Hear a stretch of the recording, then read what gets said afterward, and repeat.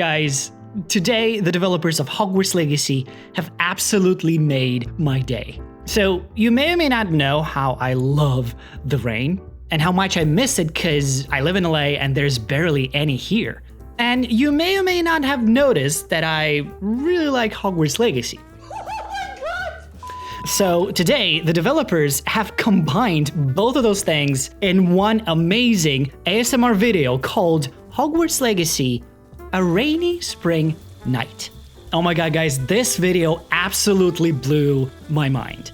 But more than just an ASMR video, this is a showcase of the quality and the atmosphere of Hogwarts Legacy, which I think the developers have absolutely nailed. We've got 8 new cinematic shots of different areas around Hogwarts and Hogsmeade Village, which we're going to break down today, and a sneak peek of how it will sound and feel while just being present in all the different locations in Hogwarts Legacy.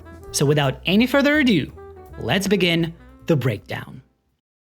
Now, before I say anything about the first shot, how about you have a moment to take it all in without any comments?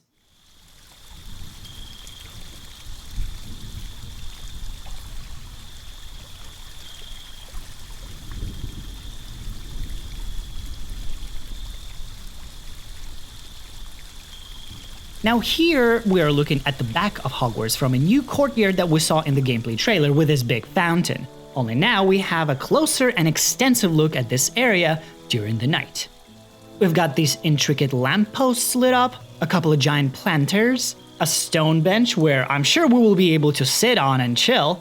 We can see the owlery in the background. Also, there's this little house below it that kind of looks like Hagrid's hut. I wonder if that's an actual hut of the groundskeeper of Hogwarts, or if it's just a big shed with brooms, pots, and like tools. But regardless, I really like how the castle looks at night, with not all, but only a few windows lit up here and there, which makes it seem that it is getting pretty late. But my most favorite part is how it sounds. The sound of the rain hitting the ground, crickets chirping, occasional crows crowing, or owls hooting and flying around, and of course, the subtle rumbling sound of the thunder that indicates an approaching storm. All of it together just makes it seem that I'm there. In the second shot, we once again have Hogwarts. However, I'm not quite sure where exactly this is. Perhaps in one of the courtyards, but this definitely looks new to me. We've got a set of stairs with lanterns here and there. Again, we see beautiful lanterns of different sizes. And in the back, there's a little statue or like a bust of some bearded wizard. Is that Merlin?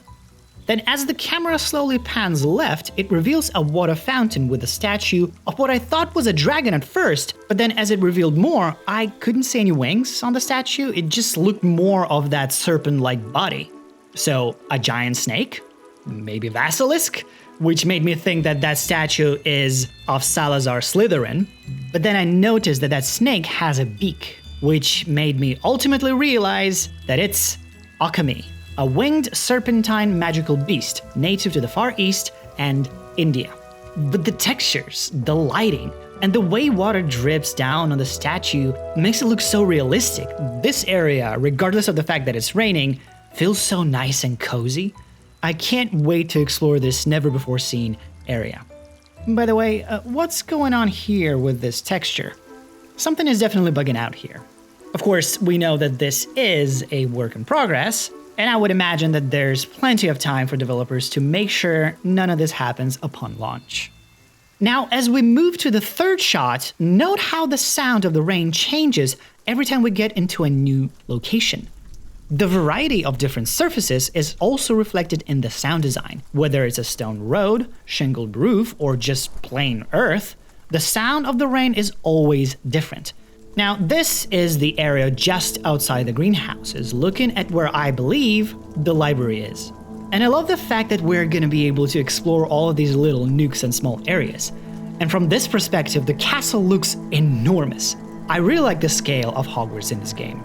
As the camera keeps panning, we can see a little arch with more lit lanterns that leads into that back area with a big fountain. And just look at all the greenery. We don't see just grass with a few sticks in the mud. We've got different trees, a bunch of shrubs and bushes, and different kinds of flowers. Just the scale and the quality of this game is truly amazing. And oh my god, look at this blurred foreground. I hope that this cinematic / photo mode is going to be available in the game, because that's where I'm going to be spending all my hours, just using this mode on every single corner of this map. Now we move to the viaduct bridge that connects the two parts of Hogwarts. Oh my god, I feel like the tour guide, walking you through the grounds of Hogwarts. I love it. I like that the fire keeps battling the rain in that one torch. You can hear the sizzling sound. Note the addition of the benches here, and they've also expanded the area in the background, which surrounds the courtyard. It now has more stairs, different levels, and lookouts to explore. But I am curious to know what these circular crests are. The symbols, I believe, are an indicator of some sort of spell. Maybe that's how we light up these torches? However, these symbols aren't under each torch. I can only see another one far in the background. Guys, help me here. Also, I don't know if you've noticed, but there's fire torches in those little towers above the entrance to the Great Hall. Guys, this castle just feels alive. There's so many details everywhere. And again, look at the massiveness of the main tower. Like here, we can only see a quarter of it. In the next shot, we move on to Hogsmeade. First thing, I like how this watering can is watering the flowers even though it's raining. So we got 3 different establishments here. On the left, there's Ollivander's wand shop, the 3 broomsticks in the middle, and to the right, we've got quality Quidditch supplies. So we must have Quidditch in the game, because since we have a store with supplies for it. Although there is a giant lock on its front door. Maybe that's just an indicator that it's closed for the night. Up front here, we also have a sign that gives us directions towards Hogshead and Zonkos, which we can actually see far in the background. Again, just look at the textures of the buildings, of the roofs, and the way the ground looks in the rain. Seriously, I applaud the developers. As we move to a different part of Hogsmeade in the next shot, we get to see a giant sign of what I think is a Madame Puttyfoot's tea shop, with those small tables out front. Not sure if that's what it is called here, but I feel like that's the place to have brunch at. Behind it, there is the Hogsmeade post office with an owl peeking out of the window. Then this hopefully explorable, intricate bridge leads into another place, which I'm not really sure what it is exactly. It says GR, maybe that's the wizardware store? To the right of it, there's Dervish and Benjis, a magical equipment shop. And again, we have another one of those fountains with a statue of what I think is a witch with a hog underneath it. Or is that a badger? Then in that case, this could be Helga Hufflepuff. But you tell me. Next shot is of another location in Hogsmeade Village, now looking at the Hog's Head. Now, this shot, I think, is the best showcase of effects and lighting mechanics that are at play here. Cause look at how water droplets on the grass behave / look in different lighting. On the left, darker side, we see a mildly wet, blurred grass. But on the right, we can see all of those droplets start to sparkle as the light shines through them.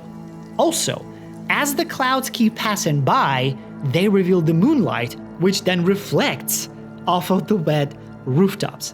Guys, we are not just getting a new Harry Potter game in 2022. We are getting a high quality, fully visualized and detailed, truly next-gen video game set in the Wizarding world that will compete with the rest of the titles for the best game of the year. Bite me. Seriously, this looks amazing. Also, if you look very closely here, you can see a blue light that keeps appearing and disappearing. Wonder what that is. And lastly, we have a shot in the outskirts of Hogsmeade looking out into the wilderness. There's the graveyard with a bluish glow that we saw in the gameplay trailer, a narrow river running underneath a stone bridge. Behind it is a house with a giant birdcage, and to the left we have the Magic Neep, which is a store for fruits and vegetables. This shot is my most favorite because we got the eerie and spooky vibes of the cemetery, and of course, the lightning storm. I absolutely love the sound of thunder rumbling in the background here. And it varies based on the distance the lightning strikes from us.